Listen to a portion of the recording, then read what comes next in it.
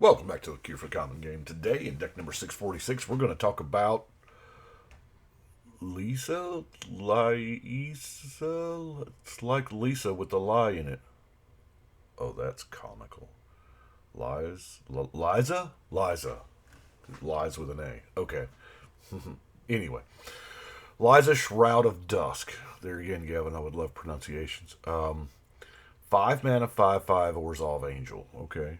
Rather than pay 2 for each previous time you've cast this spell from the command zone, you can pay 2 life that many times. Wow. Flying lifelink, so you hope to recoup some of that life. And whenever a player casts a spell, they lose 2 life. So it looks like the odds here, what we want to do is get Liesa out there early and just, well, gain life. Because we're going to want to play spells that gain us life so that we at least kind of break even, you know? And then your opponents, if they play spells, they're just going to, slowly dwindle down in life. That's kind of where I went with it. So, first, let's look at our mana fixing here. No Soul Ring today. I am officially out of Soul Rings, apparently. Well, I think I'm out of Soul Rings. I don't know. We have Dark Ritual, Charcoal Diamond, Marble Diamond, Orzhov Signet, Burnished Heart, Bonder's Ornament. That can be both, The Commander Sphere, the Orzhov Key Rune, Bluestone, and Locket, and a Core Cartographer. We wouldn't be playing it if it didn't get the planes, right? So that's the reason why it's with the ramp. Not that we need the ramp at 4, but you know what? It never hurts. I don't have a whole lot of card draw. As a matter of fact, this is probably my weak spot. We have Sign in Blood, a Village Right. I like Village Rites so that you can, instant speed sack the creature that's about to die. And then Bolas's Citadel. Because, it's a crazy magic card. And if our life gain shenanigans work right, we're going to be getting a ton of life. And we have a lot of life gain. So this allows us to, keep a going.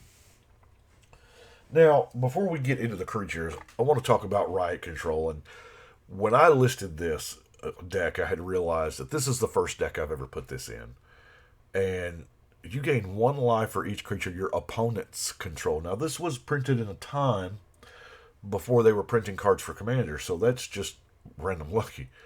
And prevent all damage that would be dealt to you. That's really good for this specific deck, of course. Sure, I guess we'll do the rest of the miscellaneous cards while we're here. Tablet of the Guilds. If we cast a 2-color card, then we're going to break even. We're going to gain 2 and lose 2. That's not bad.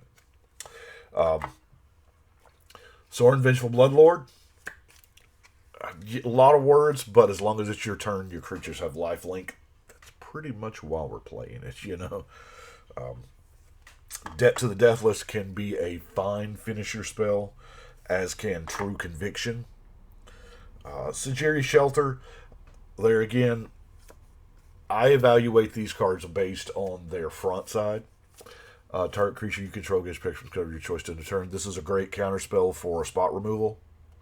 It just happens to have the added benefit of we have a land on the back if we need it. Gift of Orzhov, +1/+1 flying and a lifelink. That's pretty neat. And then Stormherd. But let's look at our creature suite, shall we?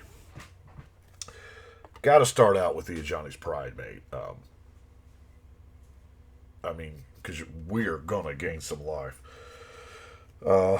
Pontiff of the Blight. I'm sorry, there's no "the" in it. Pontiff of Blight. Extort. This is like the Extort deck. I don't have enough Extort stuff in it. By the way, there are a ton of cards that I would have put in here if I had them. The black-white land that gives lifelink and whatever. I mean, there's a ton of stuff. Epicure Blood. When I gain, each opponent loses. Cliff Hamed Vampire. Here, when you gain, each opponent loses 1. So if it's a 5-point life gain, they still only lose the 1. Indulging Patrician. At the beginning of the end step, same thing. We're Life Slurpian. Whenever you gain life, put a counter on it, and it's flyer. I noticed there's a whole ton of flyers because, we're dealing with a lot of vampires here, like Nighthawk Scavenger and Marauding Blight Priest, the Vampire Nighthawk, Aerial Responder. Not a vampire, but let's face it, it's a vampire without being a vampire. Gifted Etherborn doesn't fly, but, it's still pretty good. We have the Cruel Celebrant. Whenever one of your things dies, we do the Life Slurpee thing. Suture Priest. Wonderful. Tithe Drinker, another life-linking extort card. Bishop of the Wings. Now, only because our commanders and angels, the only reason why it's in there.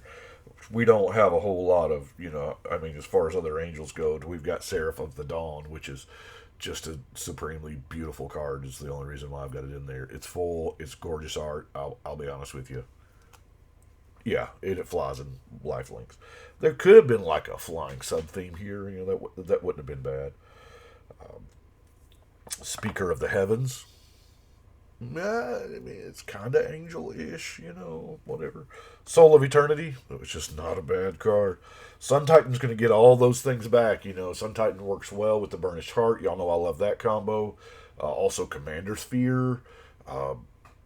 Any random land that sacks, we'll be getting to some of those. Agent of Masks. This is a card don't see a lot of play anymore. I guess Gilpack was a while back, though. Souls of the Fauntless. Hey, I'll block.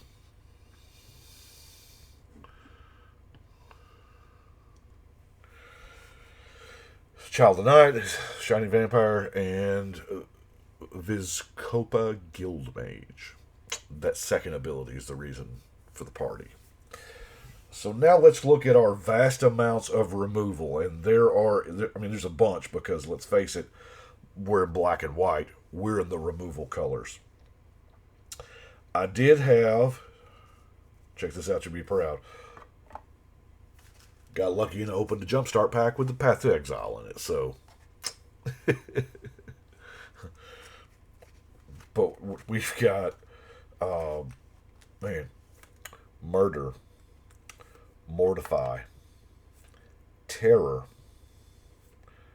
Invoke the Divine. I know this sounds a little weird. I am using the Disenchant, but Invoke the Divine, gaining that 4 life, that's kind of a big deal. We're actually net gain after our 2 damage. There's a Disenchant I was telling you about. Doomblade, Cast Down, Death Mark, because people like to play green. It's me, I am people. Condemn, Return to Dust, Slash the Ranks, Austere Command. Face Fetters is a fine magic card in this particular deck because you gain 4 life when you cast it. When it enters. Feast of Succession. I guess that could have been in the card draw because it makes you the Monarch. Ooh, need to get a Monarch token for the deck.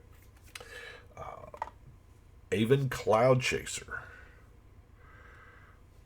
And Death Grasp is more than likely probably going to kill a creature and not just blow up a player. I guess it could happen, but.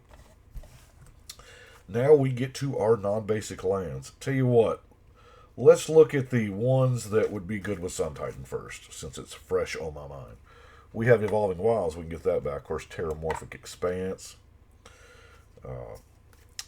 Ghost Quarter. That's not bad.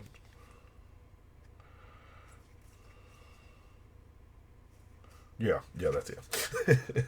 So we have Rupture Spire, Command Tower, Rogue's Passage, Vivid Marsh, Temple of Silence, Orzhov Guildgate, Orzhov Basilica, Caves of Koilos, Scoured Barrens, Path of Ancestry, and War Room.